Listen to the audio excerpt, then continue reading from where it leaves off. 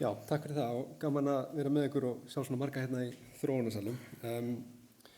Ég heiti Sigurbjörn, ég vörustjóri hjá Stafrán Íslandi eins og Gunnar og Ragga og ég ætla að fara aðeins í gegnum svona vörurnar okkar sem eru sniðnar að farsímanótum, móbælvörurnar okkar, Stafrán skírteini og Ísland.is appið.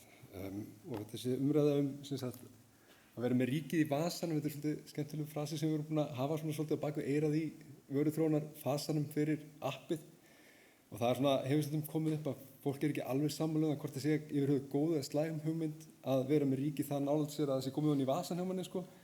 En það sem að hlustu að Bjarna áðan og það sem við erum náttúrulega að pæla í er náttúrulega að notandinn sé með það gott aðgengi og eigi það auðvelt með að nota þjónustu þessu opinbera að hann sé hreinlega bara með leiðina því í vasanum og getur bara notað henni þar og þegar honum sýnist og það er svona það sem að liggur á bak við þetta og er góður slókan að pæla í.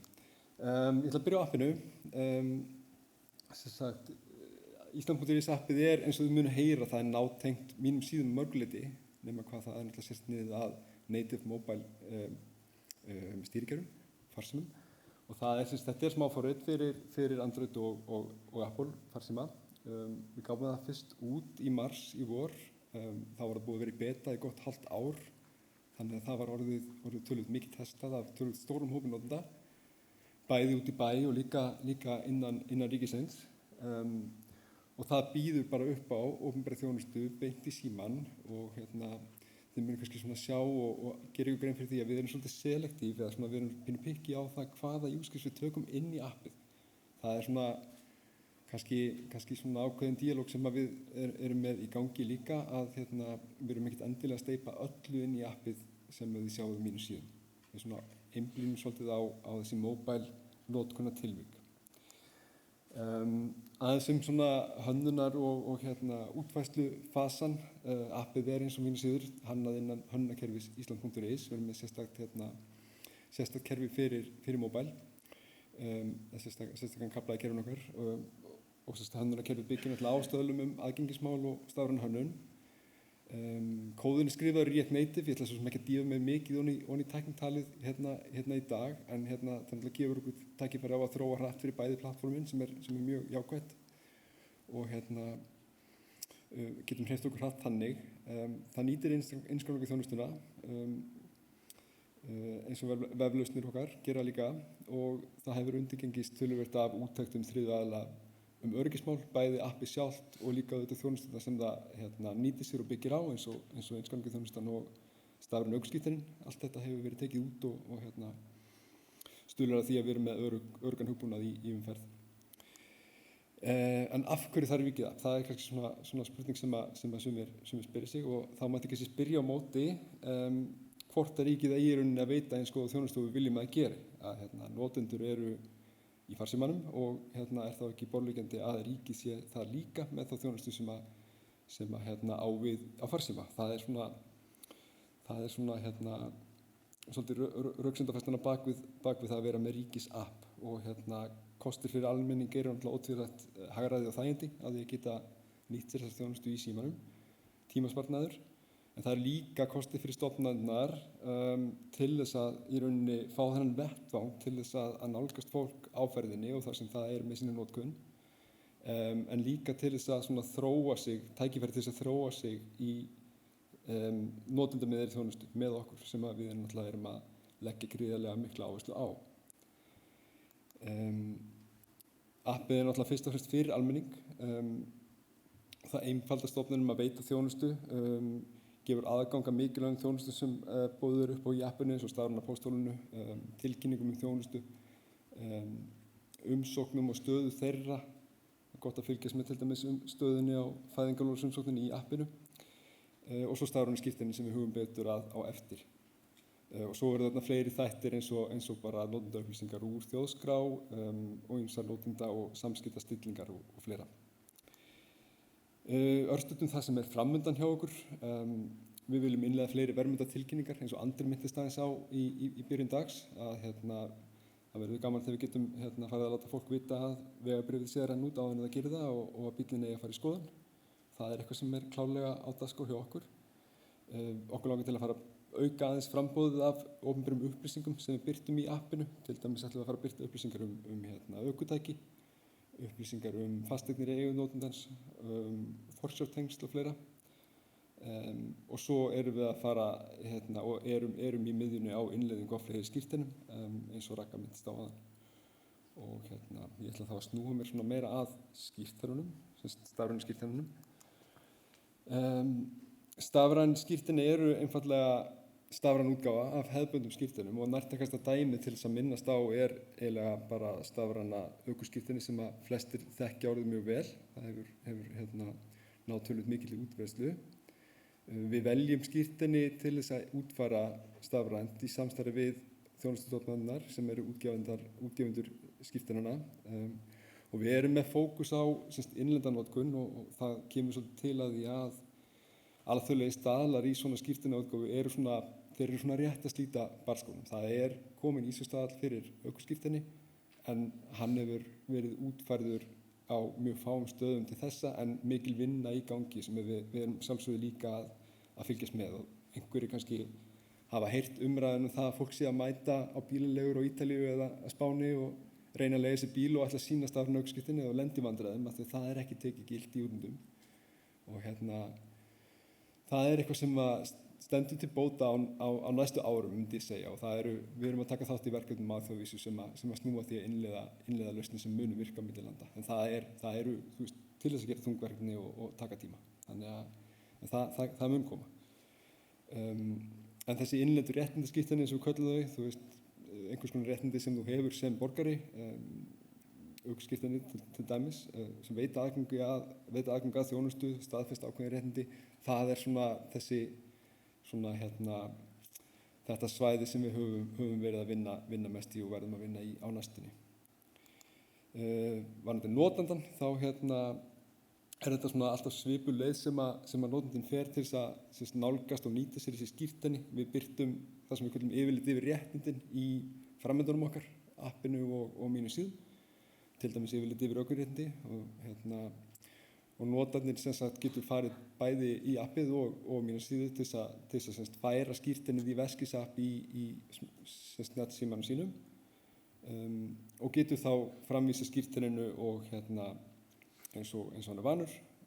Og svo mikilvægur hlutur á stafræna skírteininu sem strikamerkið og það gefur möguleika á því að sá sem að skoða skírteinið hann getur staðfest gildið þess með skönnun. Þannig að það hægt að staðfesta að þetta stafræna skírteini sé gilt og ósvikið með því að skanna þetta strikamerki. Það gerir kall beint til útgáfaðarans, til dæmis með ökuskírteini, þá köllum við beint í grunna ríkislögreglustjóra til þess að staðfesta það að þessi manneskja sé með ökuskírteini og strikamerki lifir aðeins í ákveðin tíma þannig að það í rauninni ómögulegt að falsa skírteini sem með lifandi strikamerki á. Það lifir í kynjum í 60 sekúndur. Áður en þarf að uppfæra það aftur. Af hverju erum við að þessu? Þetta náttúrulega aftur langmest gert út frá hagsmunum notenda. Hagræði og þægindi við að nota símann í það sem annars hefði krafist þess að þú værir að bera með þér ótal plastskírteini áður. Og þetta teljum við að sé bara í samræmi við væntingar notenda að geta nota stafrænar lausnir í auknum mæli. En það líka, eins og ég minntist á áðan, það líka ávinningur fyrir stofnanirnar, til dæmis að spara fjármuni sem færa síðan að prenta plast og veita betri þjónustu, leyfa notandanum að velja hvort hann vill vera með plastkort eða stafrænt skírteini eða jafnvel bjóða bara upp á stafrænt skírteini og spara þannig plastið og stuðla betri umhverfisáhrifum.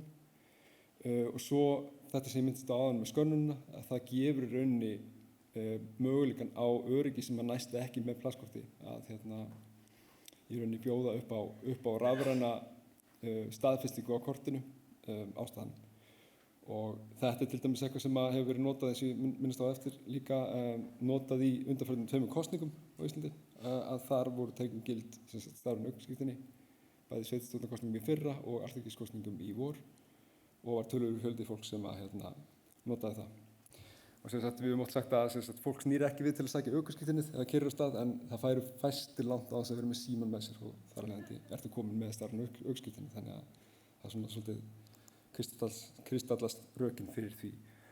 Mjög einföldum myndum svona tækniumhverfi stafrænna við erum með grunnskrárnar frá stofnununum, það kemur allir grunninn, gögnin. Millilagið okkar sérum að koma þessum gögnum á útgefanda passana, samstarfsaðila okkar og út í framöndan okkar þar sem notandinn næri skírteinið og skoðar þau. Þannig ég ætla ekki að fara dýpra í þetta. Dísa skýrði ágætlega út vefþjónustu innleiðingu áðan, þannig að sjálfsögðu notum við sömu vefþjónustu fyrir appið eins og fyrir vefina. Þannig að takk Dísa fyrir að kofera það. Nú þetta framboðsskírteinum við erum með ökuskírteinin, við erum með vinnuvélréttindi live og ADR-kort fyrir flutning á hættulegum farmi. Við erum að vinna með ríkislögreglustjóra og Tryggingastofnun í að innleiða nýskírteini og við erum í samtali við töluvert margar stofnanir í viðbót útgáfu á ýmsum réttindaskírteinum frá þeim. Aðeins bara stafræna skotvopnaleyfi sem alveg á lokametrunum, það bara í lokaprófunum, að það mjög sambærilegt ökuskírteinu, það stafrænt kort með strikamerki.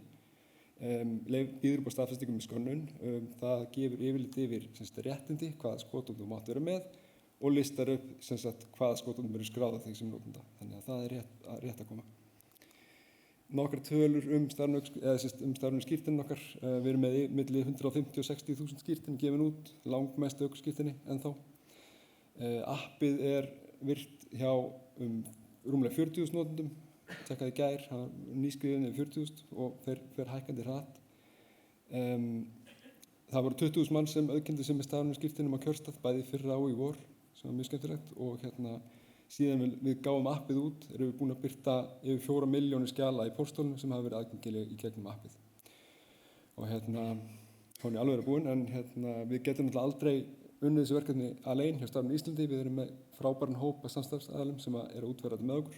Það þessi fyrirtæki og við náttúrulega bara þökkum þeim og hlökkum til framhaldsins.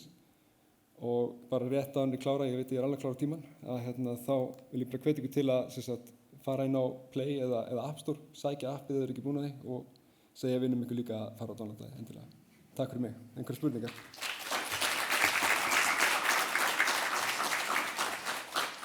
Robert, takk fyrir þetta. Ég einn af þessum 20.000 sem notaði einmitt stafrænu ökuskírteini til þess að kjósa. Það var þannig að ég hljóp ég vissi að ég yrði ekki í kjördag og þurfti að kjósa utan kjörstaðar og þurfti ég að hlaupa út í búð eftir kattamatt. Það vildi til að kjörstaðar var á sama stað á gæludýrabúðinni en ég var ekki með veskið.